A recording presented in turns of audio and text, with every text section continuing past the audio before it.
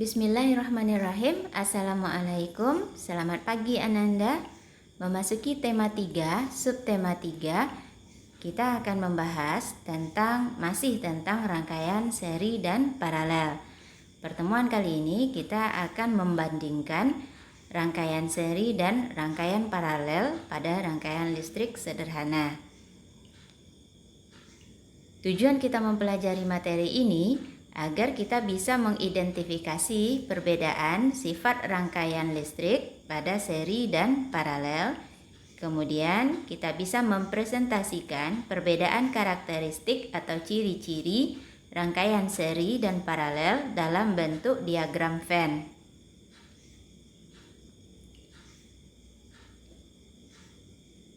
Kita ingat lagi pembelajaran kita selama 2 minggu ini.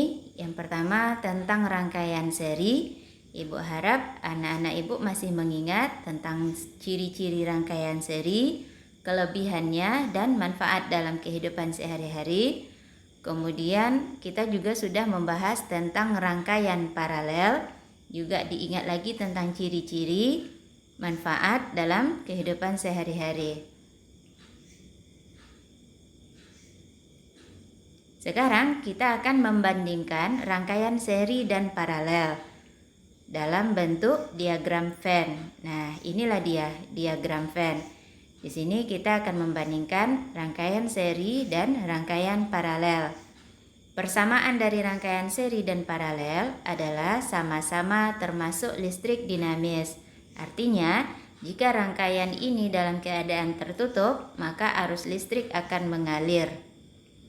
Kalau kita lihat dari segi perbedaan, rangkaian seri adalah rangkaian yang tidak bercabang, sementara rangkaian paralel adalah rangkaian listrik yang bercabang. Sehingga rangkaian seri lebih hemat dalam penggunaan kabel listrik. Lawannya, rangkaian paralel lebih boros dalam penggunaan kabel listrik karena banyaknya percabangan. Tetapi rangkaian seri boros dalam pemanfaatan energi karena baterai yang dipasang secara seri tegangannya ditambahkan atau ditotalkan. Kemudian lampu yang dipasang secara seri dia harus sama-sama padam atau sama-sama menyala. Sementara pada rangkaian paralel lebih hemat energi karena jika baterai yang dipasang paralel maka dia akan bekerja secara bergantian. Kemudian kalau lampu yang dipasang paralel maka dia akan menyala sesuai dengan dayanya masing-masing dan dia menyala bisa bergantian. Sekarang kita lihat rangkaian campuran. Rangkaian campuran itu adalah rangkaian listrik yang di dalamnya terdapat beberapa alat yang dipasang secara seri, ada juga yang dipasang secara paralel. Perhatikan gambar ini.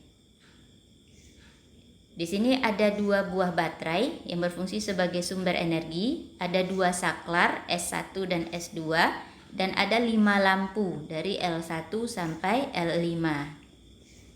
Lampu 1, 2 dan 3 disusun secara seri sehingga dia akan sama-sama padam atau sama-sama menyala. Lampu 4 dan 5 disusun juga secara seri, makanya dia juga akan sama-sama padam atau sama-sama menyala. Nah, sekarang perhatikan, lampu 1 dan lampu 4 disusun secara paralel. Artinya, kenapa paralel? Nah, perhatikan di gambar, dari lampu 1 ke lampu 4 itu ada percabangan. Letaknya di atas saklar 2 dan di bawah lampu 3. Nah, karena lampu 1 dan lampu 4 dipisah oleh percabangan, maka lampu 1 dan 4 dikatakan dia disusun secara paralel. Begitu juga dengan lampu 2 dan lampu 5. Karena di antaranya ada cabang, maka dia disusun secara paralel. Lampu 3 dan lampu 4 juga, lampu 3 dengan lampu 5 juga paralel. 2 buah baterai yang ada di gambar ini disusun secara seri. Biasanya dipasang secara seri agar tegangan yang dihasilkan dapat ditotalkan atau dijumlahkan. Keterangan tentang rangkaian campuran bisa kamu baca pada buku siswa tema 3 halaman 130. Baik anak-anak ibu, sekarang kita coba lihat contoh soal, karena biasanya kalau di ulangan atau di ujian soal-soal tentang rangkaian listrik ini, dia yang muncul itu adalah rangkaian campuran. Misalnya seperti ini. Perhatikan gambar di bawah ini.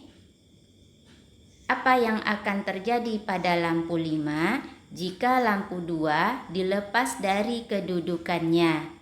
Nah, berarti kita fokus pada lampu 2 dan lampu 5. Perhatikan lampu 2 dan lampu 5. Di antara lampu 2 dan lampu 5 ada cabang.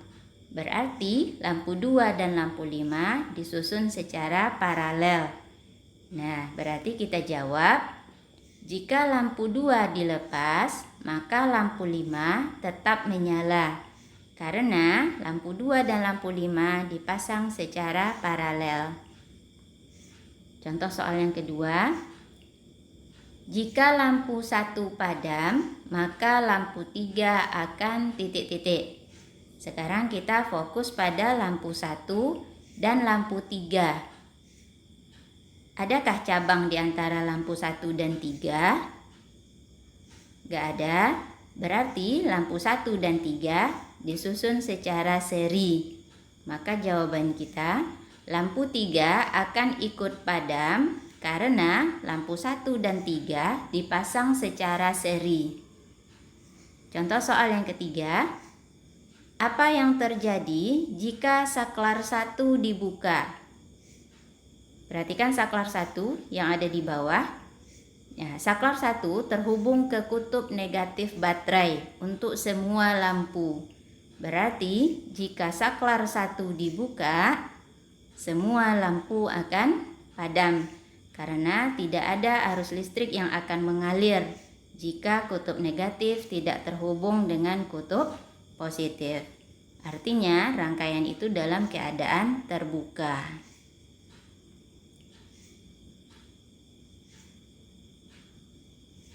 Nah, Ibu, sekarang kita lihat istilah-istilah yang perlu kita tahu dalam listrik. Yang pertama, ada istilahnya sekring.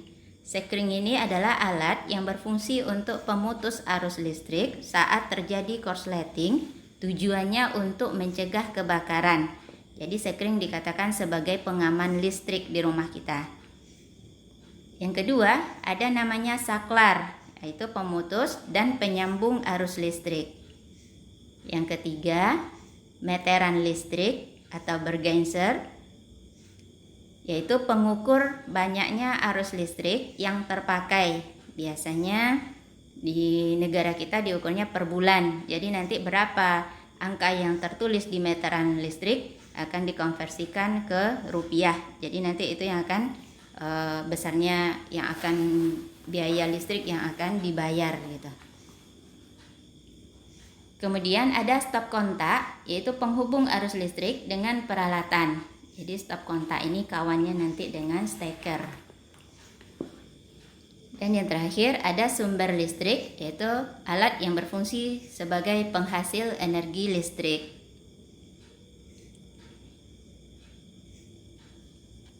Sekarang kita bahas tentang konduktor dan isolator listrik.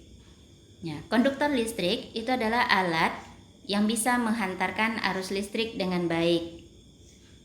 Contohnya adalah alat-alat yang bahannya terbuat dari logam seperti tembaga, emas, besi, aluminium, dan timbal, serta logam-logam yang lain. Dan selain logam yang berfungsi sebagai konduktor listrik juga bisa larutan garam, kemudian asam. Yang kedua ada isolator listrik. Isolator listrik itu adalah alat yang tidak bisa menghantarkan listrik dengan baik.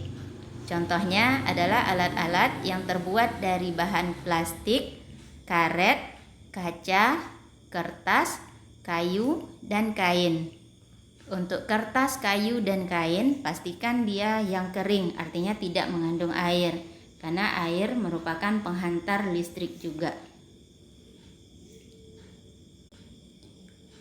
Karena di dalam tubuh kita juga ada zat cair yang bersifat asam dan kita juga memiliki zat cair yang mengandung garam, maka tubuh kita juga berfungsi sebagai konduktor listrik. Sehingga kalau kita bersentuhan dengan listrik, maka kita bisa kesetrum. Jadi untuk menghindarinya, ini harus betul-betul diperhatikan. Saat memasang steker ke stop kontak, pastikan tangan dalam keadaan kering agar kita tidak kesetrum. Demikian pembelajaran kita tentang membandingkan rangkaian seri dan paralel. Persiapkan diri kamu untuk ulangan harian tema 3, kemungkinan minggu depan. Ibu tunggu juga tugas-tugas keterampilan dan latihan yang belum dikirimkan. Tolong segera dikirimkan. Tetap jaga kesehatan.